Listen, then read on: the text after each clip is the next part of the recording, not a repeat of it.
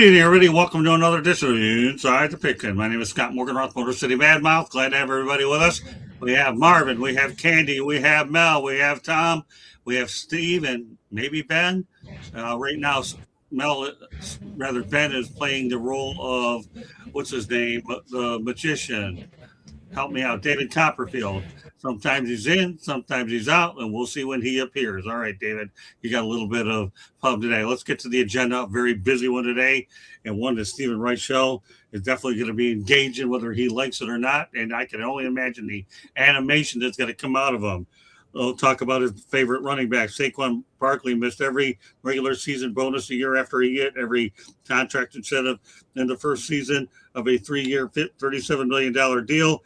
Barkley ended up reaching none of those in the regular season, and he wasn't able to hit them this postseason either, as the Eagles lost to the 49ers 23-19. Regardless of how he plays, though, obviously there was $250,000 out the door since the Eagles did not win the NFC title, and another $250 that he also lost. But let's talk about the totality of the whole thing, Steven. If there's ever a guy who's an ultimate team player, it's Saquon Barkley. He really is one heck of a player to have on that team.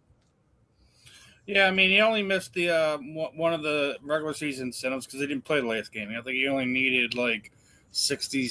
I think he only needed like 67 yards to get one of the regular season incentives. So I mean, but he doesn't care about that nonsense. You know, anyone who's watched, you know, any of the mic'd up moments over the last 2 years, he that stuff's irrelevant to him. He's the team player, the leader. I think we were talking about it earlier in the year when Jordan Mailata was basically sitting there saying he's the guy holding the umbrella when everything's raining around you. So. Well, again, he's a very unselfish player. The one thing he ended up getting in Philadelphia that he yearned for with the Giants is he got a Super Bowl championship. So not the worst thing. Yes, you missed a couple bonuses this year, but mark my words, Saquon Barkley isn't complaining about it. Tommy? Oh, he had a 1,100-yard season, 1,140 yards, 106 yards in the playoff game on a team that had trouble passing the ball. That's a pretty strong season. I think he just only added to his legacy, especially on a team where it seems like it was a bit dysfunctional with A.J. Brown always crying about not getting the ball and then dropping balls in a crucial playoff game. Saquon was probably the most consistent player on the team. Great season, in the way I see it. Mel? I'm sure Saquon's saying, "Don't cry for me." I mean, he got paid. That's the most important thing. He got his money. The other thing, the running game, and Marvin can attest to this. There's a lot of things that have to go right in order for a running back to be successful in the running game. A lot of things have to go right as far as the blocking schemes are concerned. I mean, he is very dependent upon his offensive line. The offensive line is not playing together as a unit. There's no continuity in that unit. He's going to be able to have the same necessity last year. And remember, they had a different offensive coordinator. Just because you run the same plays doesn't mean you're going to get the same results with a different offensive coordinator. Now, there's a certain attention to detail that you have to have in order to perform at the level in which they performed at. And they performed last year at a very, very high level. And this year, they didn't perform at a very high level. Saquon Barkley is no different this year than he was last year. Just not getting the offensive line, the continuity in the offensive line, the continuity in the offense as a whole just wasn't there. And obviously, because of those issues, and obviously it's going to reflect on his numbers as well. But again, he got paid, so don't cry for him. I'm sure he's saying, "Don't cry for me." He's straight. Candy? When you come off a year where you had 2,005 yards rushing, it's hard to compete. I mean, it's hard to maintain that level all the time. And let's face it, all the teams were gunning for Philadelphia. So that made it even harder. Yes, offensive line was banged up at times, and that doesn't help a running back. So I don't put this all on Saquon. He's such a good down to earth character that, I mean, we talked to him last year at the Super Bowl. Really great guy. Still over 1,000 yards rushing. Nothing to sneeze about. Great season for him. But yes, the team fell short. But there's only one team that's going to stand at the end of the season. So, I mean, let's be honest. I mean, that's only 64 yards. 1,100 yards is 64 yards a game. That's 16 yards a quarter. Marvin could probably do that. Yeah, definitely. Yeah, I'm waiting for the banner to keep going all night. I feel it. Okay. All right, go ahead, Marvin. No, that's cool. That's cool. Listen, I was a blocking fullback in my brief NFL career, man. I had one carry for 1 yard, and it was the first play I ever played in the NFL. That's one more carry than I had. It is what it is, man. I was happy to be there. I know you feel the same. Saquon is an all-time great talent. And by the end of his career, he'll have the numbers to be considered an all-time great back, which, he's definitely on pace for. I was really happy to see the Eagles give him some money last year. And in regard to these incentives, man, listen, these guys want to hit their incentives. They want to make their money. But, as everyone has said, Saquon is a really a team guy. I think he does a great job. With his attitude and disposition, just being a star in the NFL. I think he's a great look for the NFL. This is a guy who, listen, it doesn't matter how good you are. If you don't have your O-line intact, if they're not able to get out there with their best five guys and put their best foot forward against these NFL defenses, you're not going to have the kind of success that he's looking for, that he had last year. I think Tom had said it, last with some of the passing game just not being where it was. And what we saw from him last year was historic. It was something that you don't see all the time. And, it's hard to be successful, like he was, and then come back and do the exact same thing. He's really a victim of his own success in a way. Saquon played good this year. It's just, those magical seasons don't happen every single year. And as Mel said, man, Saquon's saying, don't cry for him. He's okay, man. That guy's making his bread. And I think at this point in his career, even though he definitely wants, to make money and make more money, he wants rings. These guys understand how important that is to legacy, and he wants to be remembered as a champion and not just one. These guys want multiple championships. I think once you have that taste of success at that level, you just want it again. So, yeah, for us fantasy fans, for us Saquon fans, we want to see him go off a little bit more this year. But, like I said, it's just that's not something that you can repeat every single year. Eric Dickerson went for 1808, then he went for 2105. With 1808 his rookie year, then 2105. But they're committed to running the football. That's back in the 80s. That's when, the running backs were making all the money. That's when you had a thing called the absolutely. Yeah, that's when you had a thing called the I formation. You had John Robinson out there for the LA Rams, coaching up and running that gap. Yeah, exactly. Different time, man. A different time. But Quan's putting up numbers, man. At the end of the day, as I said, he'll be in there in the top 10, top 12 rushing touchdowns and all that stuff. Yeah, he had 65 fewer carries this year. Still caught 37 balls for another 273 yards. 1,000-yard season isn't the same as when Jim Brown played, but it's still significant because the ball is thrown so much more. Great point, Tommy. All right, Ben, we'll give you the last word on Saquon Barkley. Obviously, didn't hit his financial bonuses, but he probably doesn't care anyways. Fact of the matter is he's more concerned that they didn't win a Super Bowl. Some thoughts, and then we're going to go to another Philadelphia topic. Go ahead, Ben. You have the last word on it. I mean, Saquon didn't hit it. You said Saquon didn't hit his incentives. He's just worried more about winning the Super Bowl. That's what it seems like, right, Steven? Yeah, he's the ultimate team guy. I mean, the thing about Saquon Barkley, a guy that coming off a 2,000-yard season, you knew he wasn't going to have a season this year, but he's the direct opposite of A.J. Brown. Like, he goes, look, man, I'm not playing well. I just want to be, a team player, and I want to contribute. It just didn't happen that way. I feel bad for Saquon Barkley because he really tried to win in 2025 how they did in 2024. That's not going to work. And if they're going to catch up to you, he did the best he could. But I think that the Eagles think that Saquon Barkley is I think they thought that he was more of a Christian McCaffrey, and he's not. Now, he's talented, super talented. Right. But what they want him to be in the pass game. He's not, and the running game just wasn't efficient. And you see how it hurt the Eagles. So yeah, I'm not surprised that Saquon Barkley cared more about winning. And I know he wanted his numbers, but he got a contract extension at the end of 2024. It just didn't translate to 2025, and the band might be breaking up. I don't think Saquon Barkley is going to be a part of the band breaking up, but I don't see that offense looking the same in 2026 because that much offensive production and that lack of that much offensive firepower and that lack of offensive production. Yeah, but Saquon, man, he's a pro's pro, and I'm happy that I'm happy that he had the year he had 2 years ago. But yeah, Marvin and Mel know this.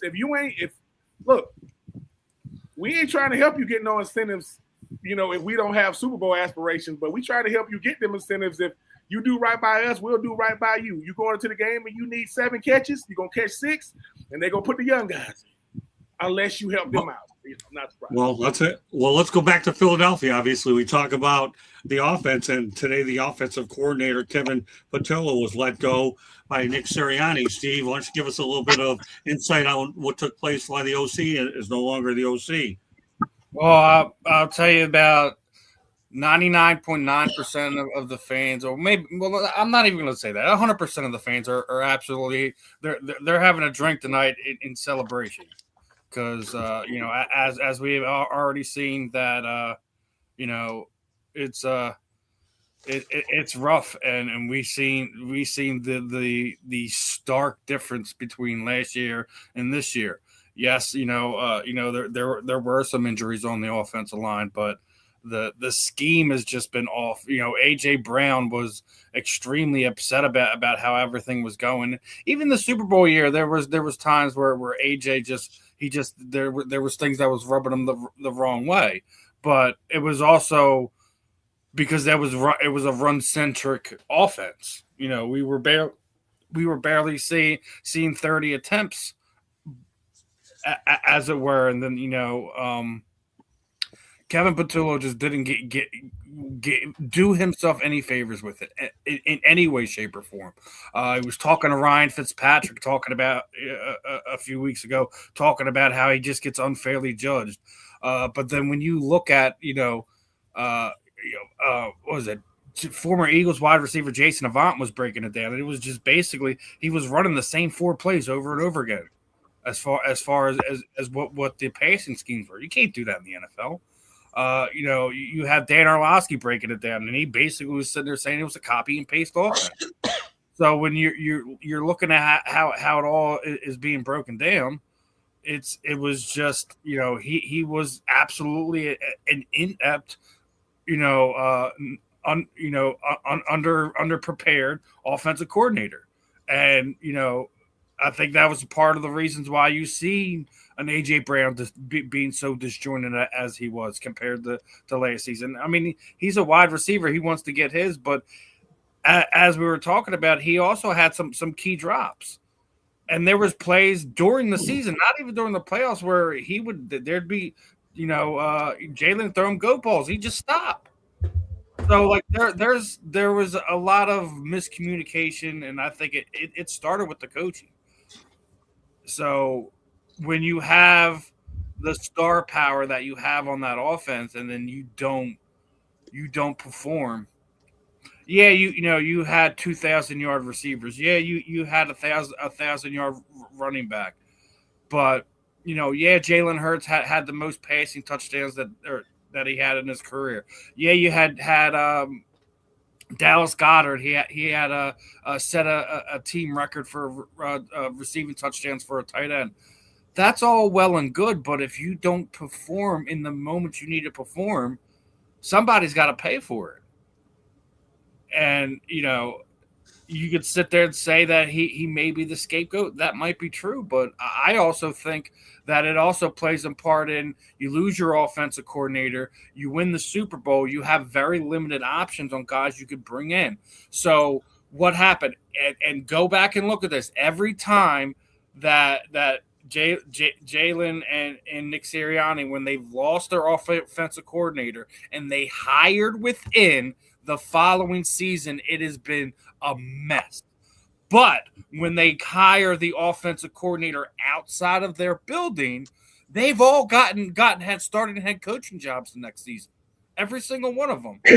So you have to play a couple different keys in this. I think Kevin was in a winless situation.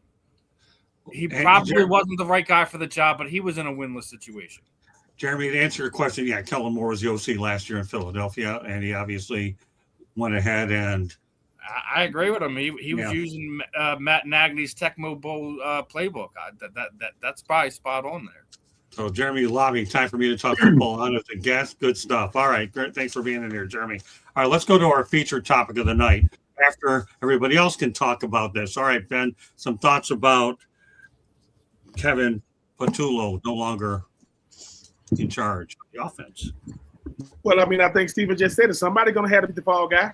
I mean, the easiest guy is going to be Kevin Patullo, right? That's going to be the easiest fall guy. But here's the thing, right? No one wants to talk about it. Sometimes numbers are deceiving. Yes, the Philadelphia Eagles had 2,000-yard rush. 2,000-yard receiving. They was barely over 1,000. That was like 1,007 yards, 1,008 yards. I would say this. Kellen Moore was going to be hard to replace, just like Ben Johnson was for Detroit. Like, do you see how potent that offense was in 2024? So, like you said, Stephen, unless they're just putting up, yes, people are putting up career numbers. You talk about Dallas Goedert, you talk about Jalen Hurts, but they were accepting things in wins they wouldn't accept in losses. The second half, that second half offense, it was dismal a lot of times, but they're winning games. So nobody's really going to say anything. That's not going to win games in the playoffs. So I think that Patullo, he was out of his element because when you got that much firepower, you still got to be creative. You can't just go, hey, Saquon, go break a tackle. Hey, AJ, go break a tackle. No. Where's the motion? Only two guys ran go routes. That would be Devonta Smith and AJ Brown. And I can tell you the formation when they're going to run them. I can tell you when AJ Brown is going to run an in cut. I can tell you when he's going to run the out. I can tell you can't play predictable offense and expect to win games in the postseason. So I'm not surprised. But here's the thing about the Eagles. You can't do what every other team does because you're one of the upper echelon teams. So I'm not surprised he got let go. Nick Sirianni going to have to make some serious – I don't think Tulo is going to be the only one. I don't think A.J. Brown is going to be back either. I really, really don't. Because the thing about A.J. is something you just said, Steven, you can't talk that much when you don't get the ball. And when you do and you drop it, you know where to be found. I'm not talking to the media. That's not going to work. And I do think the Eagles are going to be a team to deal with moving forward. But you got to make the right decision, not a decision. Bad teams make decisions. That's why that's why you got coaching changes all over the freaking place. Now everybody want Mike Tomlin. Hey, Mike, man, you come down to Atlanta, man, we'll do you right. I'm just saying, it's in the dome. Just think about it. But I just think that Patullo knew that he was probably going to be one and done because when you're on a team that matters, everything you do matters. And everything you don't do matters as well. So it ain't Patullo you got to worry about. Who's going to be the guy? If Mike McDaniel become the offensive coordinator for the Eagles, I'm not watching football next year. I'm not watching it because what he can do with those weapons would be dangerous, people. So we'll see what happens, but I'm not surprised that somebody's going to be the fall guy. $48 million reasons to keep A.J. Brown unless you want $25 million. People don't care about cap hits. If they got Howie Roseman. He is Houdini. If anybody can find a way to flip that money, the Eagles need to hit a home run with the new OC. Yeah, I think they do, but I'm not surprised that Patullo is gone. I would love to say, oh my God, they got rid of the OC. What? I mean, the Falcons got rid of their GM and they freaking head coach. Problem is, it's a year too freaking late. It's a year too late. Terry Fontenot. Anyway, don't get me started. We're talking about good teams, not irrelevant teams. So I'm not surprised that he's gone.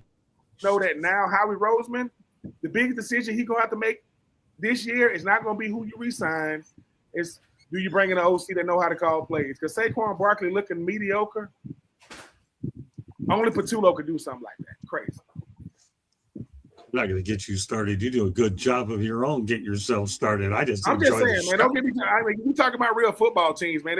Every time some people at Atlanta, I'm thinking about why we want to bring that up, or why we got to ruin my day. You know what I'm saying? I root for the Titans, I root for the Falcons, and I played in Florida. I didn't have a good 2025. That's all I'm saying. I didn't have a good 2025. I totally get it. I totally understand. All right, Tommy. It's just sports, sometimes things don't work out, guys don't mesh.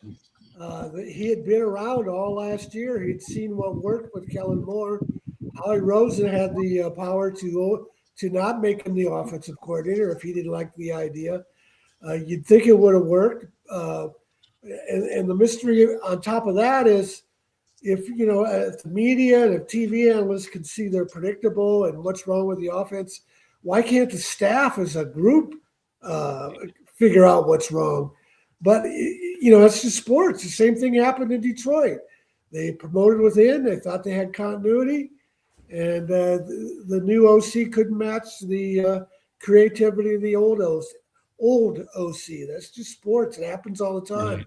Sometimes you see the assistant coach come on and do a better job than the head coach. You just never know. Okay. Mel. I mean, Stevie Wonder could see that coming. Somebody's going to take the fall, and Jalen Hurts has had a different offensive coordinator every year since he's been in the league, pretty much. I mean, this has got to be their fourth or fifth guy, whether because guys have gone on and got other jobs, or whether it didn't work out. 1 year they didn't like the way the offense was clicking that year, and they moved on from him. But Jalen Hurts has had a different offensive coordinator just about every year, so it's very difficult to get in the rhythm, and that makes it all that more impressive what Kellen Moore was able to do in the 1 year that he was there with that offense. And so you knew somebody was, and you listen to Jalen's post-game interview or his Monday interview, and he wasn't very complimentary of the guy, so you can see that he wasn't happy. So something had to change. It's obvious something had to change. They couldn't go in the next year with this guy here with the offense the way that it was. Talking heads, all the talking heads, they have all the answers. They say that it's predictable. You listen to the talking heads, you'll be one of the talking heads. So, I mean, Nick had to do what he felt he had to do. I don't think he's a play caller. He let that guy continue to call the plays. And, they ended up parting company at the end of the year. But, yeah, I mean, everybody could see that coming. I mean, that something had to change there. Marvin. Yeah, the thing about it is everybody on the Eagles, all their star players on offense, they got paid. They're on their second contracts. The organization, they paid Jalen, they paid AJ, they paid Smith, they paid Quan. And when you put that kind of money out, I mean, you have expectations, rightfully so, especially coming off a Super Bowl. So, yeah, for the Eagles, the standard is a standard. Steve had mentioned, some of these Jalen and the tight end, had career years in some areas, but really it's about the eye test. What it looks like, and it didn't look good as a whole when you watched it. And then obviously the early exit doesn't help either. It's a situation where as an offensive play caller, you got to be creative, man. These defensive coordinators, these veteran defensive coordinators, these guys are good. And these guys are good, man. So if you out there running, a vanilla offense, and you're not taking advantage of the talent that you have, the defense is going to catch up to you. It's going to show up, and it showed up. And with that, the OC's out. Candy. There's always going to be someone that's going to be the fall guy when you don't reach the pinnacle that you wanted to reach, or when you don't hit what you expected to hit. And yes, this was the fifth different OC in 5 years up in Philly. We've talked about how that matters in some of the development of other quarterbacks, but we haven't talked about it, how it develops other players for Philadelphia and how that can affect them. And, going from Kellen Moore, who obviously did really well with that offense, it's hard.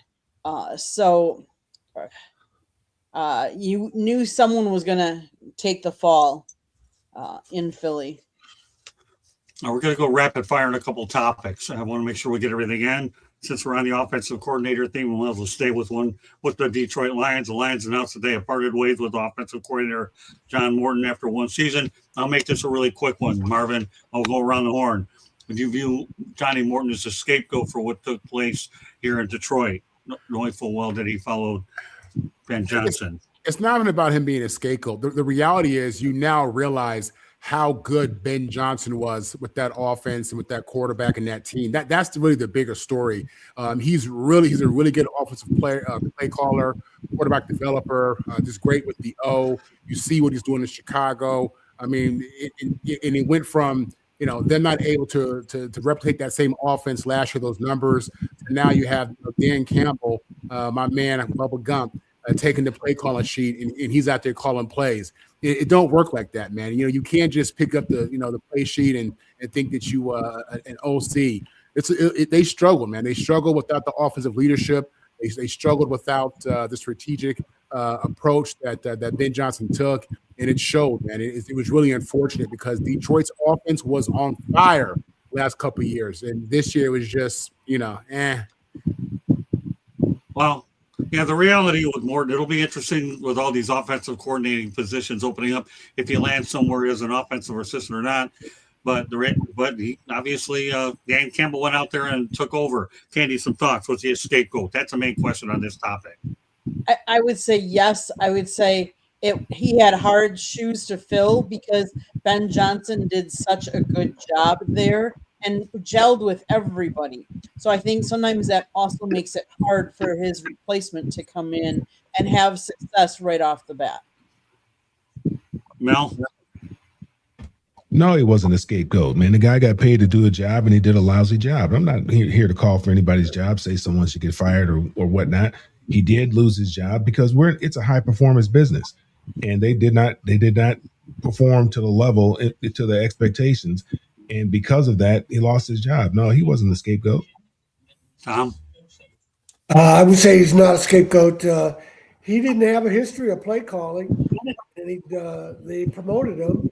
And Dan Campbell taking over the play calling tells you all you need to know. They should have figured it out. They gambled on him, and it didn't work out. And then it didn't help that the offensive line was just porous with all their injuries they had. Steven? No scapegoat. I mean, if anything, he's the victim of blind loyalty, getting thrusted into that position that just he wasn't fit for. We were just talking about this, so not a scapegoat. You don't perform in this league. That's what do they say? Not for long in the NFL. Yep, well, it's not for long. Ben, your final word on it. Yeah, I don't think it's a scapegoat either. I think sometimes people look at what somebody else did and go, "Oh man, I got a Monse Brown, I got Jahmyr Gibbs and company, man. All I got to do is do this until it don't happen, until it doesn't happen." You have to call plays to win games. You can't just call plays and think my players are just better than the defensive guys, so they're going to be good enough to go out there and get it done. No. And sometimes the players ain't as good as you thought they were. Now, when they had Ben Johnson, because he was creative, yes. You put another guy in there, no. Because they go, hey, man, you got to call a winning play on third down, not a play. So, but I just think when sometimes it's who you replace. So they get rid of players when they don't get it done. So I don't want to hear about OCs. Well, all you got to do is call the play. You just ain't calling good plays. So they're going to say the right things in the media, but I do not think he's a scapegoat. I think he just flat out didn't get it done. Yeah, I like what Eddie Prather said. Dable or McDaniel would be good for the Detroit offensive coordinator job. I agree. No scapegoat. We're going to go to something very different here. And this is one I like to find these different stories, and I'm going to come up with one now. That Joshua Ergo is now the new coach, the inaugural head coach of Texas A&M Arcana. I like these stories because, again, you're talking about a guy who's building another program from scratch. We talked about one last year. So get this, Joshua Ergo, Texas A&M Arcana. With some thoughts about this guy here, Marvin.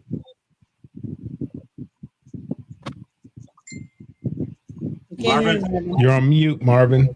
You're on mute. Okay.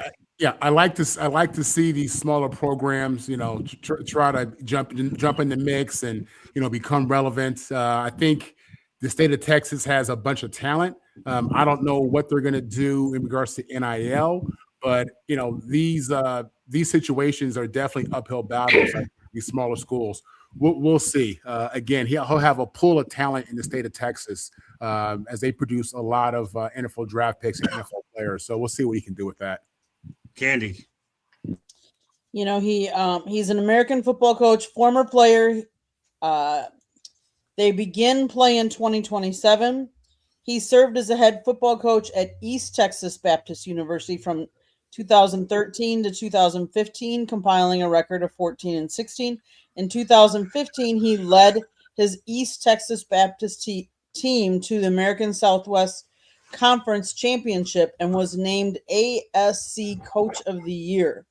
So obviously he can coach, and let's see what they can do. Like Marvin said, it depends on NIL and what all he can do as far as, but he's in a good state to recruit. Ben? This is the Kurt Signetti effect. You see what's going on in Indiana. People thinking, man, I'm telling you, you getting the right money in here. Now I'm pretty sure he's gonna be getting put out. Indiana got a bunch of grown men. We talking about average age of 23, but teams are saying, man, why don't people know about us? Because we ain't a football team. You do the football team got to be good? Nope, the football team has to play on Saturday. And let's see what type of momentum we can build. To be a program starter, that says a lot. I mean, my nephew goes to Kennesaw State. Kennesaw State has been around since 2015. They are already in Conference USA in the second year, and they won it. So these Conference USAs and different conferences, you got a shot to be able to be in these conferences really, really quickly, depending on how well you play. So, yeah, and in the great state of Texas, you're going to have plenty of guys because guess what? There are going to be some guys in the portal who thought they were going to get money who going to realize, hey, man, do you want to come over here and play or do you want to sit in the portal? It ain't Texas. Yeah, I go to Texas A&M, Texarkana, but football is football. So I do think that because of what football means to these schools and what it means as far as revenue and exposure, I love when people try to throw their hat in the ring and say, let's try to see if we can make this thing jump because ain't but one team going to win it, right? And guess what? It ain't going to be Texas A&M. They're not going to win the Natty. So might as well go to Texas A&M, Texarkana. And guess what? Texas A&M, Texarkana, Texas A&M football trophy case, it looks the same. It looks the same. So I get which one you want to go to, but football is football. And maybe that's just me jumping at these Texas A&M fans. Yeah, gig them that. Yeah, baby, all that trash they was talking, what they saying now? Sitting on the couch. So Texas A&M, Texarkana, I will root for y'all, and I hope Texas A&M put them on the schedule, and I hope they beat them. Tell me how you really feel. You make me look like a genius when I come up with topics like this, Ben. You make me look really good because I look hard for some of them. I'm on here with Mel, Mom, Tom, and you talk about the Rose What's Miss Candy. No, man, I'm just saying. I mean, upstarts got to be something that we believe. If you believe in capitalism, quote, and the American dream, you got to like upstarts, man. Anybody can deal with the Fortune 500s. Give me these small businesses that runs America anyway. Give me those. That's what I did. That's why, because of you, the way you talk about them, I keep bringing them on. I like this reinforcement from people like you that get me these Texas A&M Arcanas and the other ones we come up with, and I'll look for another one next week. Mel, some thoughts about Arcana. Yeah, I got nothing. You didn't give us a whole lot on it. Are they a Division One? Are they Division One, or what division are they in? They play football in Texas. That's all you need to know. I understand, but what level of football? I mean, Division One, Division Two. What are they? Are they in the FBS, FCS? Where they at? Well, Rolls Royce, give him his answers. I'm looking. I'm just. It's fine if you don't, because I mean we're talking like we're talking about the coach, Joshua Ergo, my man. He's taking this program and building it from scratch like every other new coach does these days. Yeah, I never heard of him, man. I got nothing. I'm sorry. Well, tonight you have. Yeah, tonight's. I mean, when we saw it, I figured you'd give us something and I could go off of it, but I got nothing. That's all right. Candy's going to give you something to talk about, right, Candy? It said in 2025. The River Red Athletic Conference. The River Red Athletic Conference. I don't even know what that is, but let's do it. Go ahead, Candy. Give them something. In 2025, the university announced that it would be adding football, and play will begin with the 2027 season. Coinciding with the announcement, athletic director Ryan Wall announced that the Eagles will be moving to the Lone Star Conference at the NC2A Division II level, starting with the 26-27 academic year. The athletics department also entered a partnership with Red River Credit Union for the naming rights to the future football stadium. The stadium is planned to have a capacity of 6,000 and open in 2028. Division II, Mel. That's all you need to know. All right, go ahead. Yeah, that's great, man. Some more kids are going to get an opportunity to play football. There you go. That's a comment I need. Thank you. All right, Tom. Yeah, we talked about this last time about the school, I think in North Dakota, that, it brings, Right. it gives the school a name, brings it some attention. The other thing it does that I didn't mention last week was that it can also bring the community and the college together. A lot of places call it town and gown. So they're not opposing each other, they're working together. Right. They're one community instead of two separate communities. And Texarkana is right there where they're close to Oklahoma, they're close to Arkansas, and I guess they draw students from all three of the states. And so if anybody needs an identity just to focus on it, it's a school like that. And then the other thing is, who knows where this coach will end up? Kurt Cignetti coached at Indiana University of Pennsylvania Right. before anybody knew who he was. And he also coached at Elon, which is a small school here in North Carolina near Greensboro. So who knows? My college historian, Tom Shanahan. Great stuff. And I've driven through Texarkana before, so I knew about this. This would also intrigue me to put in on. We'll go to another college school everybody's more familiar with, and that's 9 straight bowl wins for the Minnesota Gophers, who have the longest bowl win streak in college football going on. They finished the year 8-5. Tommy, some thoughts about the Gophers winning at least 9 straight bowl games? Well, J.P. Fleck is a great coach. He was a great coach at Western Michigan. I don't know if Minnesota will ever be more than just a middle of the pack program, though. I mean, the bowl games they're winning, they aren't the Rose Bowl or the Sugar Bowl or anything like that. So it's about as good as Minnesota can do. And J.P. Fleck is getting the most out of that program. Mel? Yeah, I mean, I think PJ Fleck is a good coach, but yeah, Minnesota's a tough program. When you're looking at the Big Ten, well, how many teams are in the Big Ten now? 16 teams, 17 teams in there right now, 18, whatever that number is. That's a tough program, and I think he's a good coach. And I think he could probably, if he ever decided to leave Minnesota, he could probably go somewhere else and do very well. But he seems to be devoted and committed to that program and to that community, and trying to make something special happen there at Minnesota. That's a tough program. And I appreciate the fact that Minnesota is doing what they're supposed to do. I mean, you put them. I think you start talking about college football teams, they ain't all in the same caliber, even though they all play each other. 9 straight bowl games wins is a big feat because you got big time programs that can't even make bowl games. So everybody say no one cares about a bowl game. Yeah, yes they do. Yes, people do, and it's easy to say.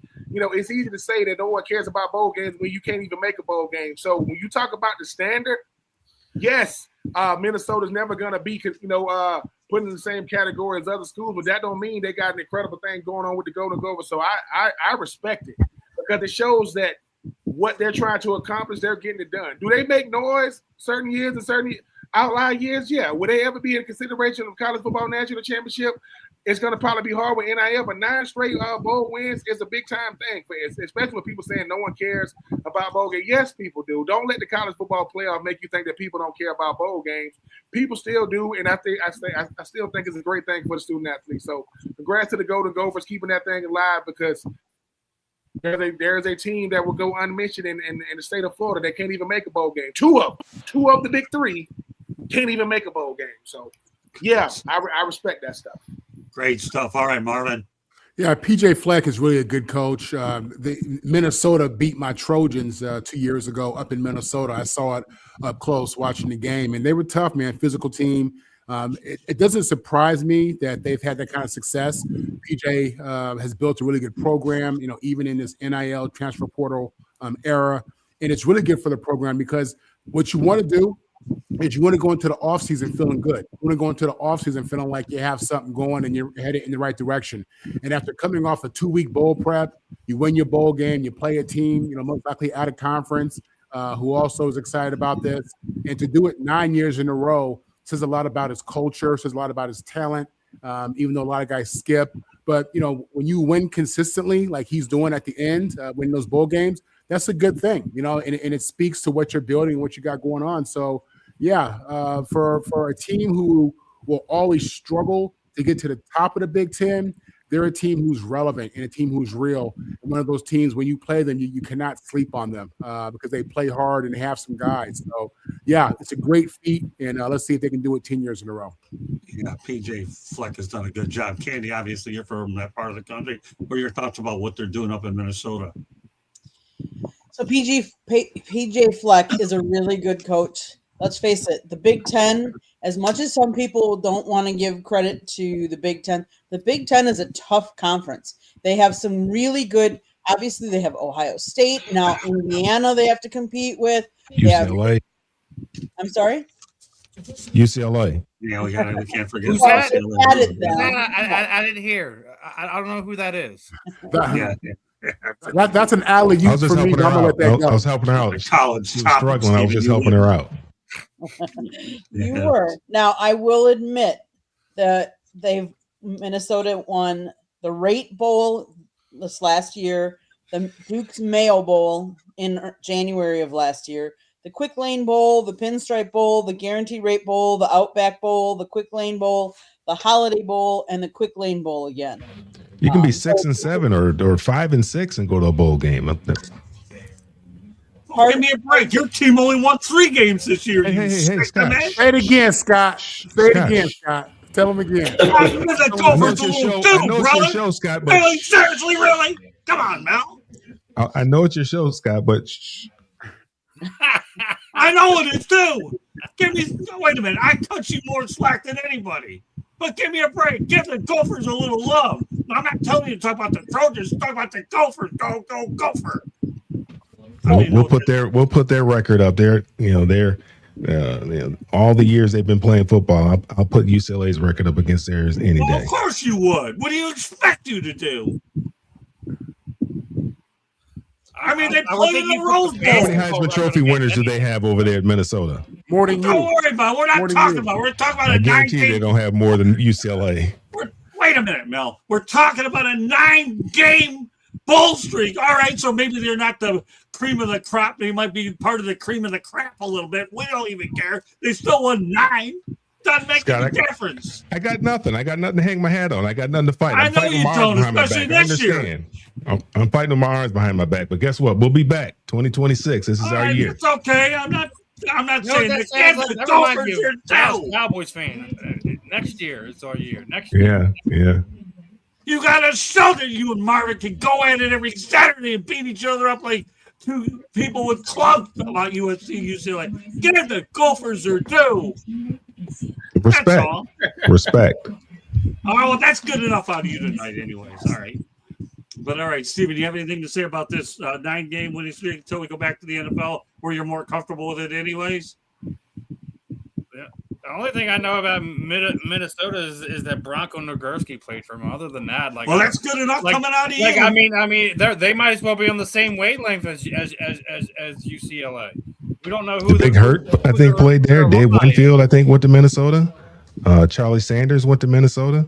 More importantly, now you're talking good about There you go. Tony Dungy. There you go. Well, there you go. Went to All right, Minnesota. now you're getting in the ballpark now, brother. Tony Dungy, Bronco Nagurski, coming from a guy who knows less about college football than anybody came up with that name anyway.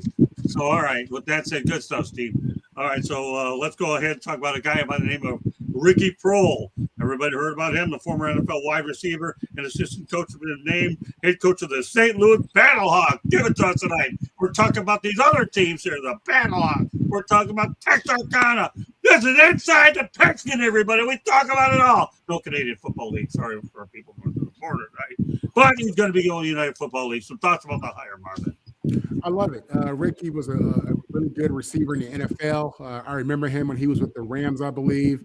And I love to see these. I love to see these NFL guys getting these head coaching jobs, even if it is the UFL. It's the minor leagues to football, if you want to call it that. That's all good. But it's an opportunity for him to grow, to have a new experience, to know what his real leadership skills are. I have no doubt that he has a ton of perspective that he'll be able to give those young players who are all aspiring to make it to the NFL. So, I root for all former players in these leadership positions, and I'll be watching out for him to see what he does.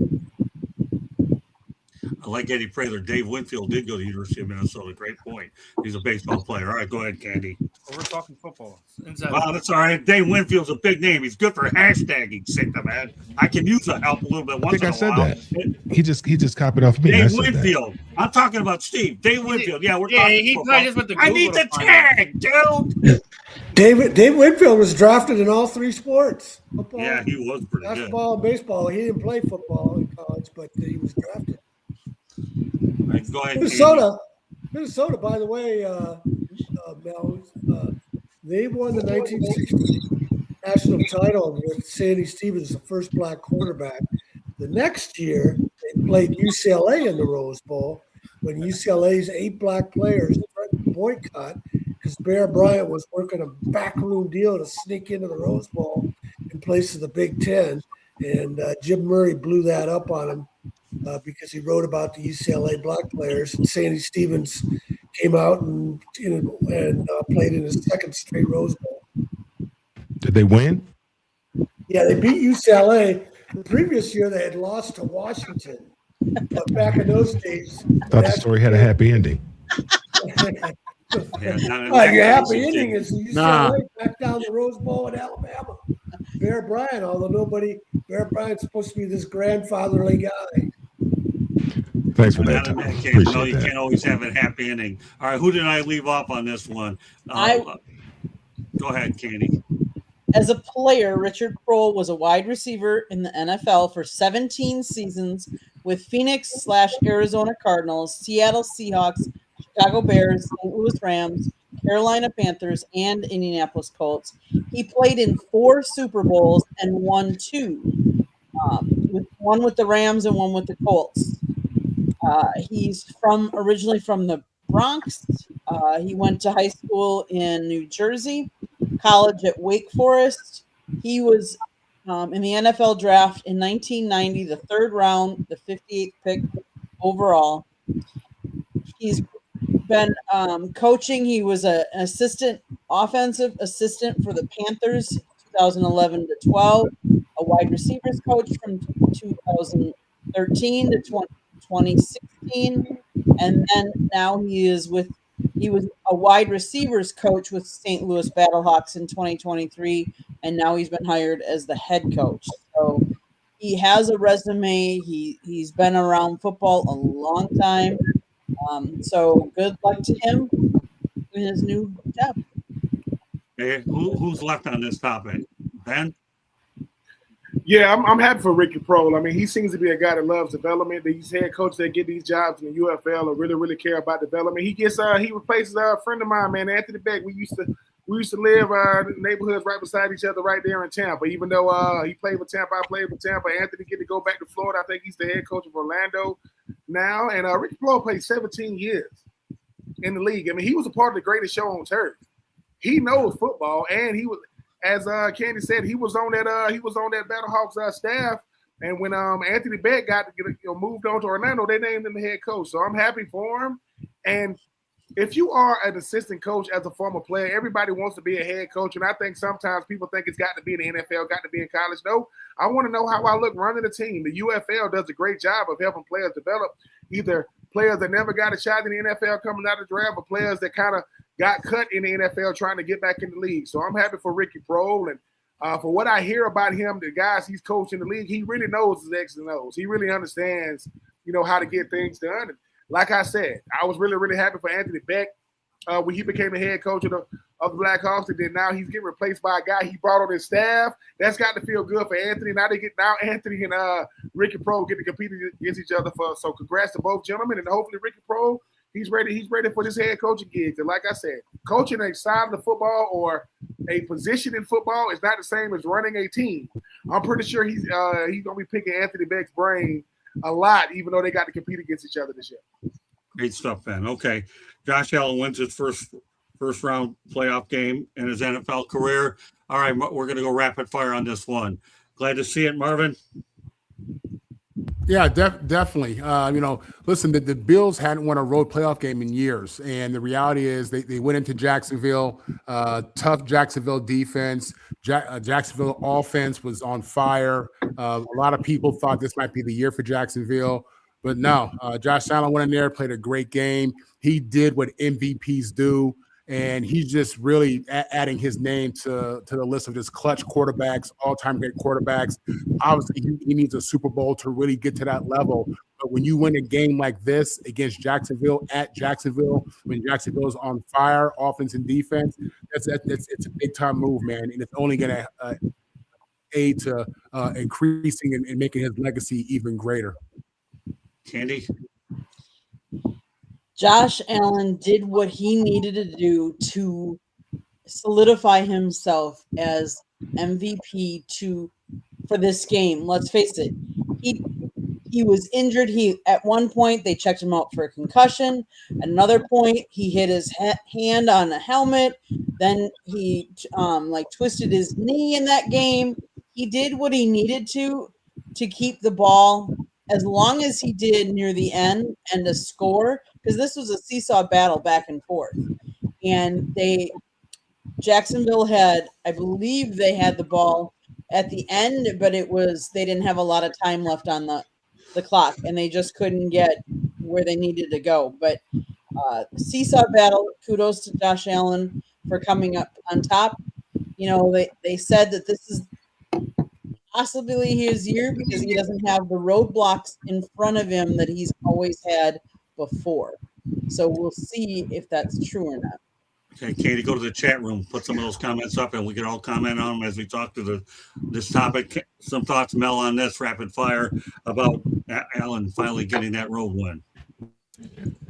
Well, I mean, this is the year. If he's going to do it, if he's going to go all the way, this is the year. There's no Patrick Mahomes. There's no Lamar Jackson. There's no Joe Burrow. So this is the year for him to do it. I mean, he can't get bounced out by a young Trevor Lawrence. He can't get bounced out by the kid at New England. I can't think of his name right now. Drake May. I mean, this is the year for him to go all the way. So, and they don't have as many weapons in the passing game as they've had in the past, but I mean, they can run the football pretty well, and defensively, they're not as good as they used to be. So, I mean, he's going to have to be superhuman in order to make it happen. But it's great for him. It's great for him. But obviously, they still have a lot more football to play, and we'll see how it plays out. Hey, Tommy. Yeah, I think too much of it was made of them losing playoff games, and this was our first playoff win. Makes it sound like they never won a playoff game. Won a lot of playoff games, but then they were running into the future Super Bowl champions, Patrick Mahomes, and sometimes it took a dramatic comeback for Kansas City to get by Buffalo. So I think too much is made of that, and they aren't as good as they were in past years, mostly on defense. So it was a great win for Allen. I don't know how far they're going to go though because of their defense. Steven. I think the big thing is that Buffalo as a team prior to last weekend's playoff game hadn't won on the road 1992-93. That's kind of the big thing. Yes, the Allen teams had won playoff games.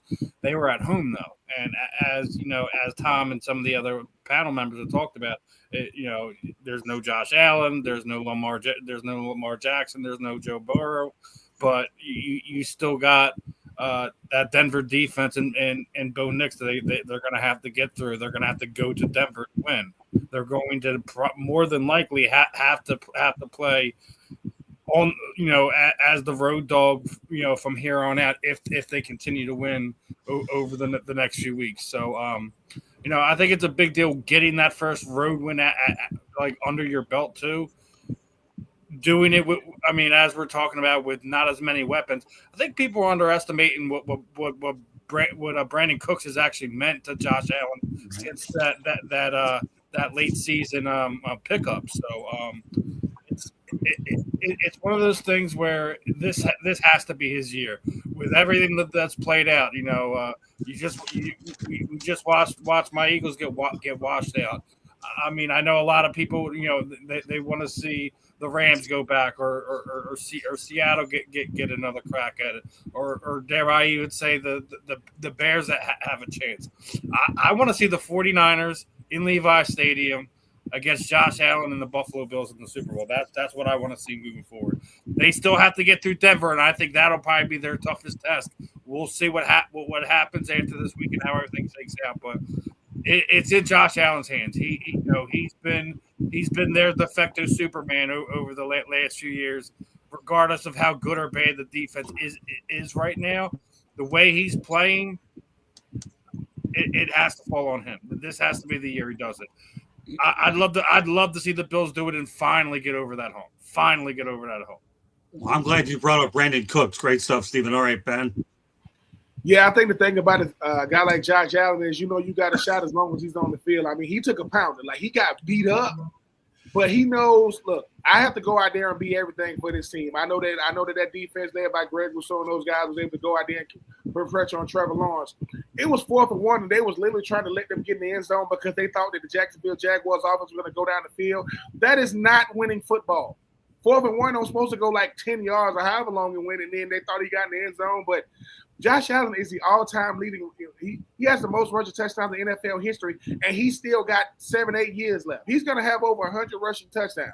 That's not including the postseason. So if you are Jacksonville, you say, hey, man, what is the consolation prize for making it to the playoffs? Josh Allen, you won and done. And if you are Josh Allen, you got to find a way to get it because you know that Patrick Mahomes, as we mentioned, isn't there. Lamar Jackson isn't there. Joe Burrow isn't there. And I think that for this Bills team, the thing about Josh Allen that doesn't be talked about enough, yes, he gets a lot of unfair criticism when he doesn't win because of the player that he is, but he has to play well for them to win. He's not in a position to where he can play okay and they win. Keon Coleman is supposed to be his number 1 receiver, and he's been a healthy scratch 2 games in this season. He had 1 catch on Sunday, and they still won. Name a team that your number 1 receiver barely has 600 yards receiving the whole year, has been a healthy scratch 2 games, and you still moving on in the playoffs. So congratulations to Sean McDermott, because people talk about coaches that are under pressure. Nobody's under more pressure than Sean McDermott year in and year out, regardless of who's still in the playoffs. But I was very impressed with Josh Allen because when he went out for concussion protocol, I would not have to want to be that trainer to have to go tell Sean McDermott he's out. That trainer was like, please be okay. Hey, Allen, how many fingers do I got up? 2. Coach, he's good. He could go back in. But shout out to Buffalo because they finding a way to beat teams that had good seasons, but they don't got to. But Trevor Lawrence is a good team, a good player on a good team, and Josh Allen is a great player on a good team, and the great player and the good team moved on. I'm looking forward to see how they handle that Denver air and that Denver defense. Okay, we're going to go rapid fire on this one. Bills favored over number 1 seed Denver Broncos. Do you like it, Marvin? I get it just because they got the MVP coming to town. The thing about it is Denver has a decent defense. More importantly, they got Sean Payton and Bo Nix, running that offense. I think this could be Denver's year. I think Bo Nix is just an ascending quarterback. But Vegas obviously likes the MVP. They like the performance of Josh Allen from last week. Again, this guy's on fire, man. He's in the middle of his prime right now, and I just feel like he realizes he has to get that Super Bowl to really get to that next level of conversation for him in regards to who he is and where he ranks. Andy? This one's tough. I mean, because here you're talking about a veteran, an MVP, going into somebody else's home on the road, going into Mile High Stadium and trying to beat Bo Nix. But I think we'll see a difference in the rushing game.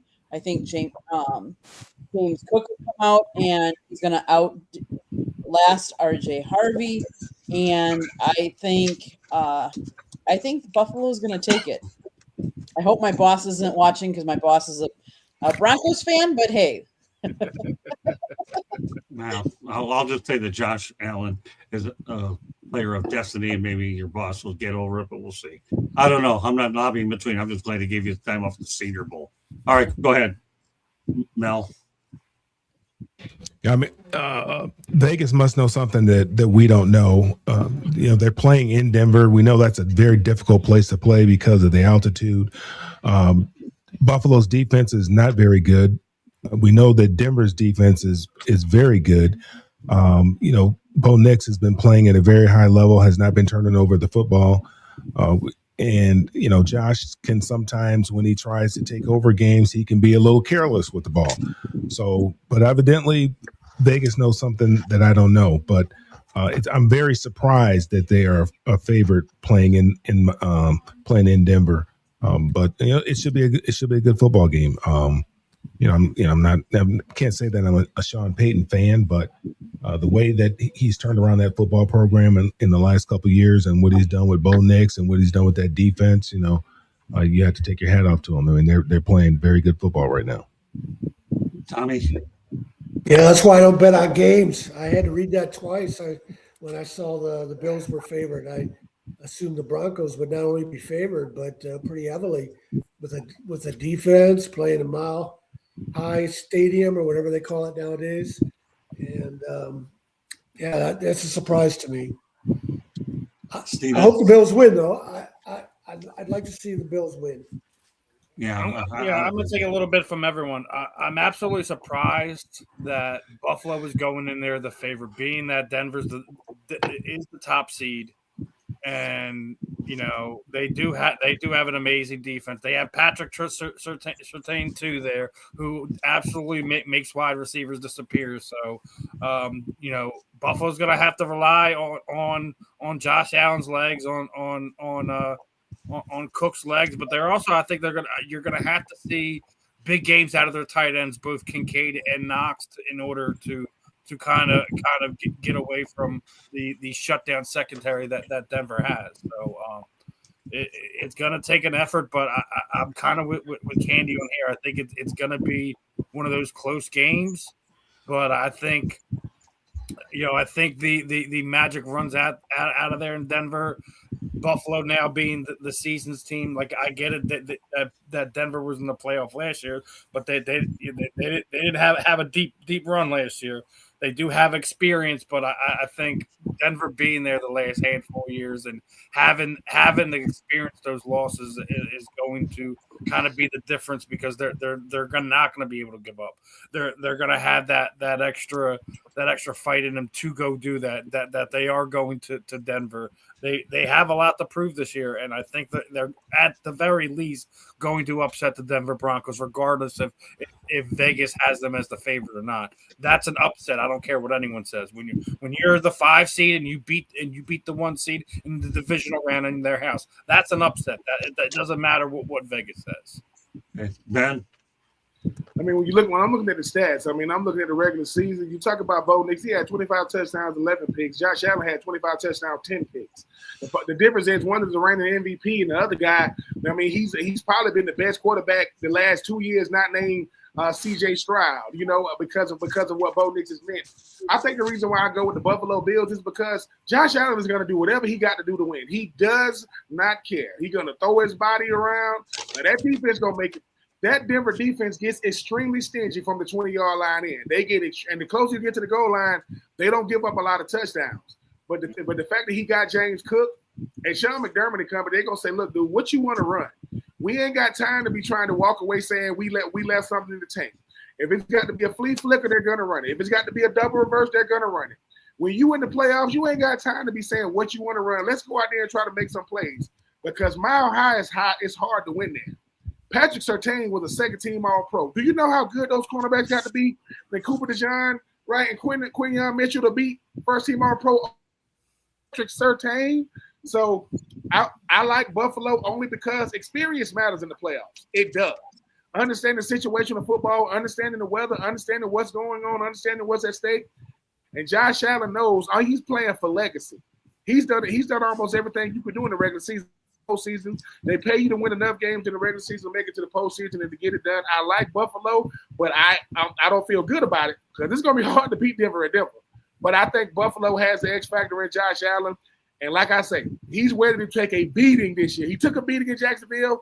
He might as well put on a lot of, he might as well, dip his body in some Epsom salt, take some pain medication, put on some Bengay. He going to need it all because they're going to hit him often and they're going to hit him hard. But I think his mind and body is built to deal with what he got to deal with to get to the Super Duper Bowl. Hey, Candy, when you go to the store, give me some Bengay. I need it now that Ben brought it up. Put on the grocery list. I need it every place. All right, well, I'll tell you what our featured topic of the night is, the headline of the night. Could Dan Marino have won multiple Super Bowls with the Pittsburgh Steelers? Well, this is a really interesting hypothetical question. Dan seems to see that he would have won multiple Super Bowls if he was drafted by his hometown, the Pittsburgh Steelers. He says, well, looking back at their teams, I probably have won Super Bowls. I really do, because their defense had because of the defense they had. Well, there's no argument there. But the one thing the Miami Dolphins had was Mark Duper and Mark Clayton, and they let him get all the stats that he wanted. But would he have amassed 60,000 yards there? Don Shula let him do whatever the heck he wanted.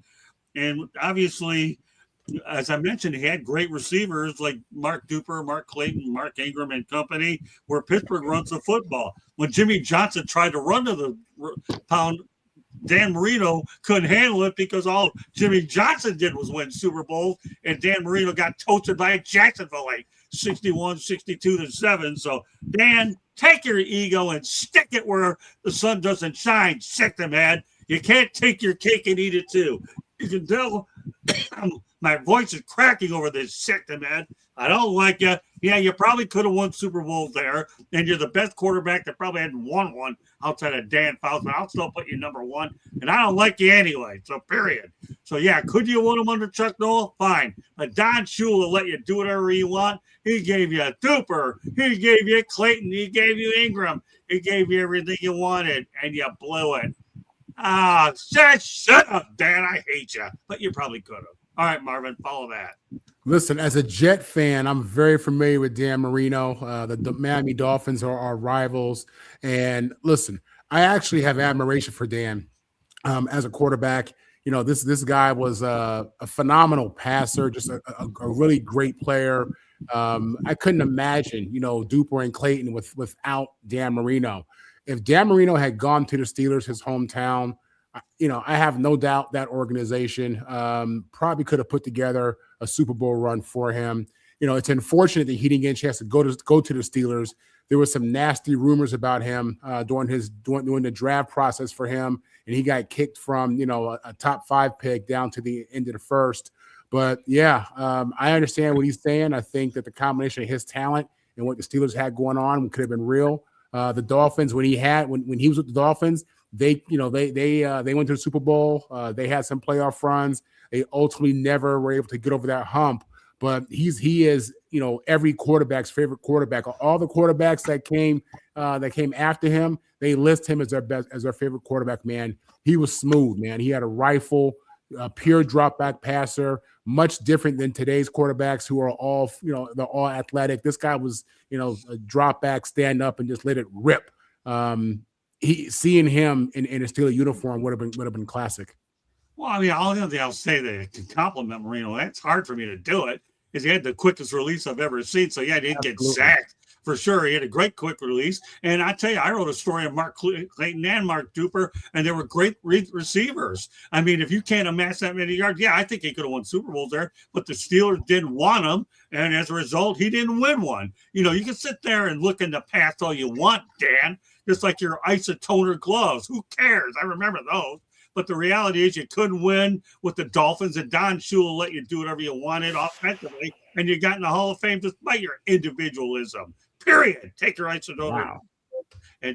And like Marvin said, don't get on my bad side like Dan Marino did. And I can tell lots of stories that I don't like this guy over at Super Bowl 33, but I don't have enough time, and I got to make sure Ben gets his 2 cents on this topic at least. All right, Ben, now you get your 2 cents in on this topic, because I know you have to skate out of here at 10. I would say no. I don't think he does win a Super Bowl with the Pittsburgh Steelers, because he wouldn't want to do it the Pittsburgh Steelers way. The thing about a guy like Dan Marino, I mean, listen, I love Dan Marino. I mean, Dan Marino was one of the best throwers of the football. But you know how easy to say I would have won one based on what they did without me? No, it don't go like that. Because you the guy that got to make it go. And the thing about the Pittsburgh Steelers is every time they win Super Bowls, people love Terry Bradshaw, not like Terry Bradshaw. He did it now. He had similarities to a Dan Marino, but he still, listen, at the quarterback position, you got to be willing to adjust who you are in order to go out there and win games. When you talk about throwers of the football, Dan Marino is going to be in that category. But you can't be given as much as he was given down there in Miami, not winning to say, well, if I was somewhere else, you know how many players can say that? Man, if I was somewhere else, man, I would have done this and I would have done that. No, because you still you. They still got to deal with you.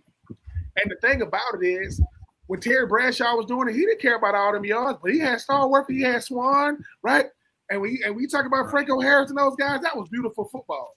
The best quarterbacks in the world care about winning, and they care about adjusting what they do to win. Not, hey, I want my stats to look good, but I still want to win. So I don't know Dan Marino like that. I mean, I've heard some things about him, when I was in the NFL as far as like how he was. Yeah, you got them alpha male dominant type personalities, but the problem is Dan Marino is Phillip Rivers. They put up big time numbers. I'm talking about, but when you don't win it, people gonna like, well, why didn't they win? They ain't have no good players. No, they had good players. They ain't have no good coach. No, they had a good coach. Well, what was up? Hey man, I mean, sometimes the best you have doesn't mean you're gonna win it. So I don't like that. If I was with Pittsburgh, I would have won it. Nope. And the reason why I say nope is because the Rooney family understands this. Look, we want to draft players that are willing to adjust who they are, what they are for the betterment of the team, and look past it. They already got a Dan Marino. His name was Ben Roethlisberger. Check the numbers and the rings. So they did it with Bradshaw. Obviously, they did it, with Ben Roethlisberger. But I think it's good. I think it's good conversation to have, right? I think it's good conversation to have, right? But just because you say we would have won it with me, based off of what you did in Miami, so Miami is not this. Come on, Ben. The reality of the situation is Jimmy Johnson. Everything you're saying is what I just said a few minutes ago, Ben. Jimmy Johnson won a couple Super Bowls in Dallas, for God's sake. Dan, this is the formula to do it called a running game. Really? Seriously, really? I know I'm not going to sleep now. Forget that nonsense. But the reality is this. Jimmy Johnson laid it to him on a silver platter. And Dan Marino, ego. And I told her to it. Ben, you're the Rolls Royce of that damn comment because that needed great called run to the GFDA. Great minds think alike. Period. Am I loud tonight? Yeah, I don't care. We all can do. Listen, me, Mel, and Marvin can do shoulda, coulda, wouldas all day. Hey, man, you would have put me in this office right here, man. I'm trying to tell you, I would did this and I would did that. But we have to. Football. Look, you got to deal with the place that you at. Don't give me that. You know what? If I played for the Pittsburgh Steelers, we probably would have won 2 or 3 right now. And guess what? Pittsburgh Steelers' legacy is so great. No one cares about Dan Marino. That's how good they were in Pittsburgh. We had Terry Bradshaw. They had Ben Roethlisberger. And guess what? They haven't been good since they got rid of both of those guys. Since they got rid of both of them, they haven't been that position even with a guy like Aaron Rodgers. So Dan Marino, what, you sitting in the bar talking about the glory days of what shoulda, coulda, woulda. They gave you 17 seasons in Miami to do it. 17. Stop it. And he even got a road named after him. Give me a break. And he was on Ace Ventura. That too. I think God I need to get a ticket on that stupid road. It'd be double depressing. All right, so I'll get you out of here on one more thing here real quickly, Ben. I know you have to get going, and then I'll let the crew talk about Dandy Dan Marino and the ego. Okay, he only got to 1 Super Bowl and never made it back anyway. But give me your thoughts about the fact that the Steelers and Mike Tomlin are no more after 19 years, and the fact that the Steelers have lost 7 straight playoff games. Ben, and then we'll go ahead with the rest of the group on both topics. One thing I respect about Mike Tomlin is he's never going to be a guy that's going to be in the way just because he can. That the Rooney family, say what you want about them, they understand coaches. They've only had 3 in the history of their franchise. Mike Tomlin's never had a losing season, but he knows, man, they don't pay me to have winning regular season. They pay me to get it done in the postseason. And he's looking around saying, am I helping this team get better or am I a hindrance? I don't know. I heard what you were saying, Marvin. I don't know what happened with that conversation because the Rooneys, they seem to be a class act as far as like how they make decisions. But Mike Tomlin is saying, dude, I don't want to be around just because I could be around. 19 years? 19 years in the league as a head coach? Man, I mean, that's an accomplishment within itself. Mike Tomlin, to me, wasn't around just because he could coach. He was around because he was an incredible coach. But if you haven't won a playoff game since 2011 or whatever it is or however long it's been, you got to start looking in the mirror. And he said something at the end of his press conference. And Mike Tomlin was great. He said, look, man, he said, listen, it's not about what you say, man. It's about getting it done. We talk too much in our business. And I think he realizing that he got to explain himself too much. I don't know where he's going to land. Like I said, there's this real nice organization in Atlanta, Mike. If you want to get rid of them frigid temperatures to come inside the dome, we can talk about that another day. But I respect Mike Tomlin because he was an incredible coach for 19 years, and he gave it all he had. It's just he's starting to realize I don't know how to pick a quarterback. And I don't want to. And he don't try to live off who he was. He live off who he is. And I don't want to live off what I've done. I want to live off what I'm doing. And I wasn't getting it done, flat out. If a Baltimore kicker missing a kick is the reason why I'm winning, and it's not because we dominating on the field. 19 years, sometimes your message runs dry. Sometimes people respect you, but it ain't hitting the same way. I mean, you coach Joey Porter Jr., senior and junior. It's time to move on to greener pastures, and we'll see where he ends up. But I do respect the job that Mike Tomlin done since he came over as a defensive coordinator of Minnesota Vikings, on the strength and word of a one Tony Dungy. I'm always going to remember when he got hired. But to be in one spot for 19 years, when you got coaches getting hired and fired every 2 or 3 years, says a lot. But we'll see where he ends up. But it's going to send shockwaves. I still think the Baltimore Ravens are still the number one landing spot right now, but Pittsburgh is right there. I think Pittsburgh has jumped everybody else as the number one landing spot. But how do you replace 19 years of production? It's going to be hard to do it. But I just respect Mike Tomlin and the player he is, the player's coach he is, how he used to hold court. When you talk about them press conferences, man, I like the fact that he was answering these questions, but he's going to be missed. But he did it the right way. He didn't make no excuses. He is a Super Bowl champion. But if the best you got is picking a 42-year-old quarterback to take you back to the Super Bowl, it's time to move on, man. And I respect, like I said, I'm going to keep saying this. Aaron Rodgers was born in 83. I was born in 82. So I respect them early 80s babies. You already know what it is. But Aaron Rodgers belongs over here with us. He do not need to be out there. And he can't pick a quarterback. So we'll see. But I respect Mike Tomlin's entire career. And but he knows it's about Super Bowls, not regular season division championships. And 19 years is a long time. And he got to do some of the sports that's hard to do. When you get to walk away on your own terms without getting shown the door, that's hard to do. And he got to walk away on his own terms. We'll see what his next act is. All right, well, I'll tell you what your next act is right now, and that's let everybody know how they get a hold of you. We'll see you next Tuesday night. Listen, get a hold of me. I think I'm True Benjamin right now on X. I've been hacked 2 or 3 times. I don't know why people keep hacking me. I don't know why. And I'm on BH84 on X. Not X, but Instagram, Facebook. And like I said, man, tomorrow on the Fan in the End, I'm looking forward to my homie Steven telling me why his Eagles ain't moving on. I'm gonna say, look, man, it happens, man. Listen, Steven ain't used to losing, but Steven, listen, man, me and Marvin, man, we Jets Falcons fans, man. You don't know losing, no pain. Tell him. Y'all act like I didn't grow up with Rich Kotite as my head coach. Like, what are you talking about? Man, we had a coach that used to leave. I had a coach that used to leave 2 tickets for Elvis. That's what I had to deal with. I forgot Jerry Glanville used to do that. Oh, come on. Jerry Glanville's not a bad guy. All of you guys, all of you have gone to a Super Bowl, though. Our sideline used to have Evander Holyfield on it, MC Hammer on it, Whitney Houston on it. We wasn't winning no games, but that sideline was lit. It reminds me to tell you a great story about Jerry Glanville next week, okay, Ben? I'll tell you what, Ben, when you get off the line here, you send me a text when you get done.